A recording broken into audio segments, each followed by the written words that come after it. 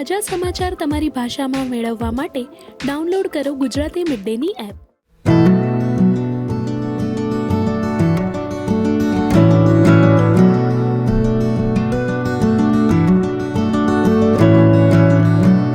I waited very long to become a mother.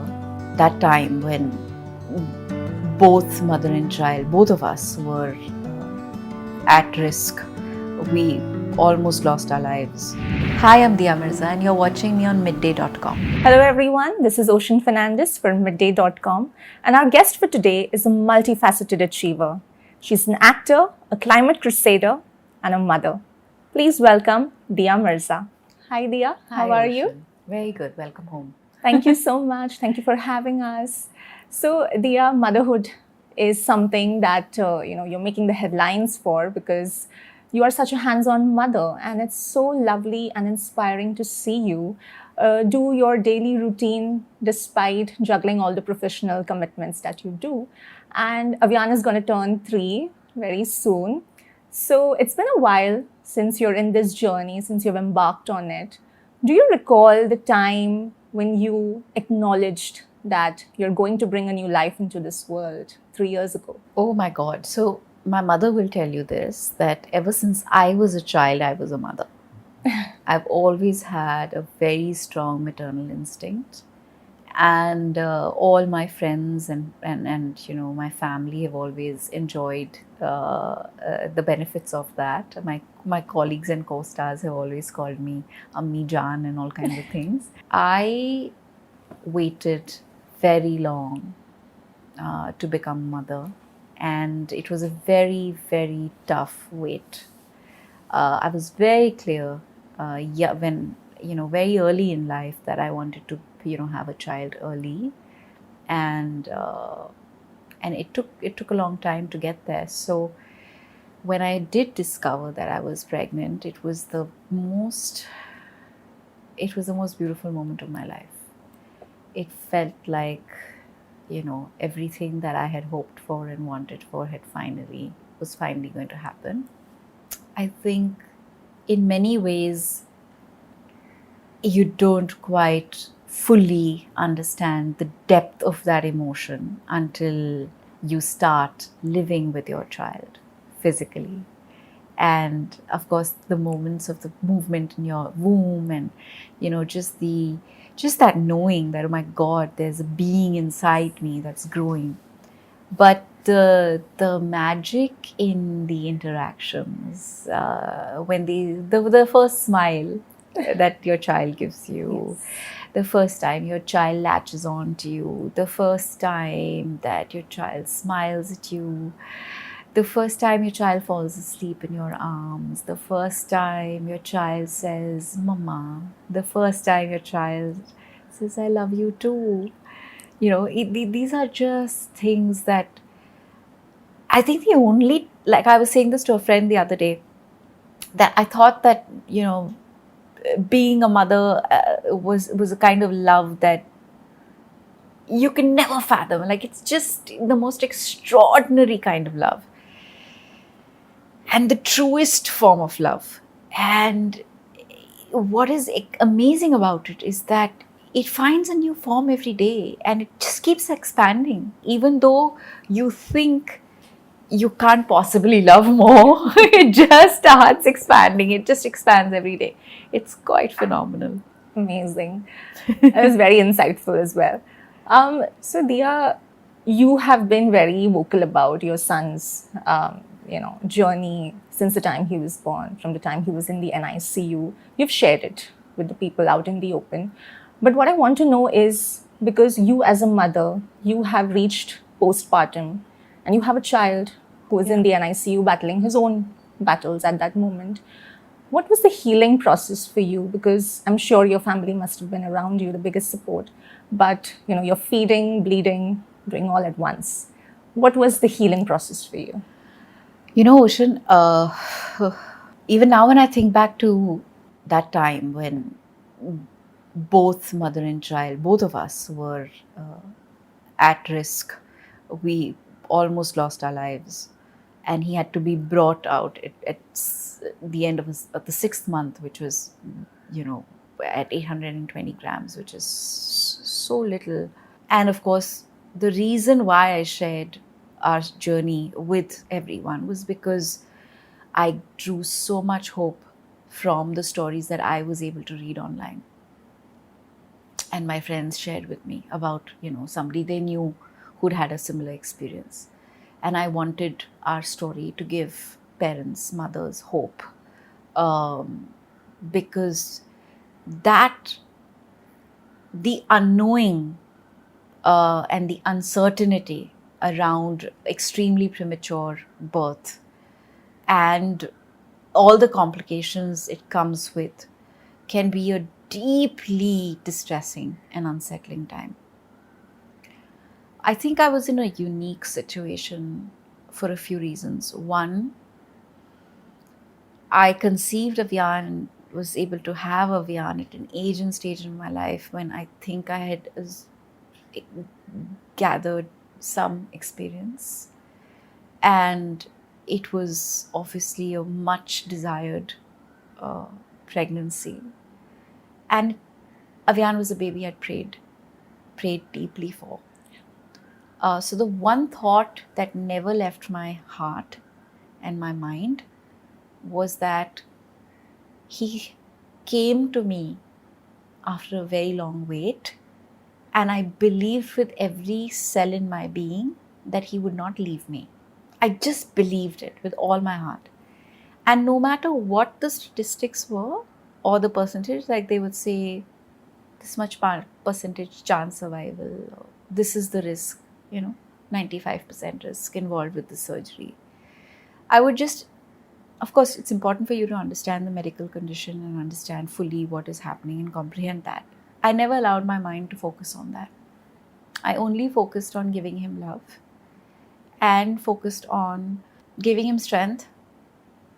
But I think in so many ways he gave me strength, because when he went through, like when I saw a 36 hour baby go through life-saving surgery, and from 820 grams he dropped to 730 grams, and his resolve to live, to fight, and with every passing day, the way he was responding to the medical attention he was getting, all of that was what gave me strength. He gave me strength, extraordinary strength. And I think while it's important to acknowledge the support system that I had in my mother, my husband, my friends, I think in that hour or during those months, my strongest support or our strongest support was each other. Amazing. There's no other way of putting it. True that. And I think for most people it may be inconceivable, but I don't know. I think like there is this unspoken connection that a mother and a child have that goes well beyond everything. Also because I delivered him during COVID. And there were so many restrictions. I wasn't allowed to hold him. I wasn't allowed to see him more than a couple of days in a week. It was very, very, very, very hard. And honestly, Ocean, I didn't get the chance to even for a second focus on myself at that time. So did I go through postpartum? I don't know. Did I go through depression? I don't know. All I know is that I focused really hard on praying and staying, like just connecting my mind and my heart with him and letting him know that I'm there and that he's loved and that he's wanted and that we are so grateful that he's here. Yes, he is, it's a miracle baby, Yeah. if I must say. Dia, you have documented your journey with him on social media, again, which is a very vulnerable spot. In what way do you regulate how much content about your child is out there? Because I'm not going in the paparazzi culture because that's something you don't have a hold on really. But when it comes to social media, we've seen videos of Avian, recently you put an Eid Mubarak video. It was lovely to see. But how much do you self-regulate that? as a parent? So I don't overdo it. My social media pages for me are a point or a space where I express myself. So it's personal. And I often express myself before I express myself, I ask myself, is this going to make people happy? Is this going to help make a difference? Is this going to benefit someone? And if the answer is yes, then I'll share it. Amazing. But I am concerned, like I think most parents are, about digital presence of our children and how that can possibly make them vulnerable. But I think we live in a world where so much is online, and we have to put in, our own measures and our own understanding of what works best for us. I know so many parents are very uncomfortable with the media, photographing their children. And I think the media has also been extremely considerate. Samaira went through a phase, our daughter, where she didn't want to be photographed at all. And the paparazzi were very, very considerate of that. And they didn't photograph her. Now she's comfortable with it. So they do. Do I invite them when I'm with my children? No, I don't. No matter where I'm going. If they happen to be somewhere, or they happen to show up because they've seen my vehicle, or they've noticed movement, I'm not disrespectful to them, because I recognize the fact that I am in the public space and there may be some amount of interest. But I'm not for being, my kids being constantly visible in the media. On that note, you mentioned Samaira, and a daughter is a mother's best friend. And when she came into your life, or rather you came into her life, how was the first interaction, and how have you both developed that bond over the years? I've said this before, and I always say it, that Samaira has been extremely generous, accepting me in her life and welcoming me into her home. And I'm very, very fortunate that we've been able to give her the stability of a close-knit family. And I think Avyan also makes a very big difference in her life. She's the baby sibling she always craved for and wanted. And I feel like in many ways she manifested Avyan. Yeah, she did. I'm pretty sure she did. We are, so it's interesting. So I kind of switch between being a parent and being a friend. But she's 15 now. So more often I'm playing the parenting part because there's just so much of schoolwork and extracurriculars and everything else that one has to focus on. Her current big, thing is, where can I intern? try and get me here, try and get me there. I need to learn this, I need to learn that. She's just started cleaning the beach. So every Saturday she goes to the Bandra, the Carter cleanup. And I take so much joy in facilitating those things. But it's very interesting. She's at an age where she's her person. And she's very strong opinions. And it's very interesting to listen and discover. And it's fun.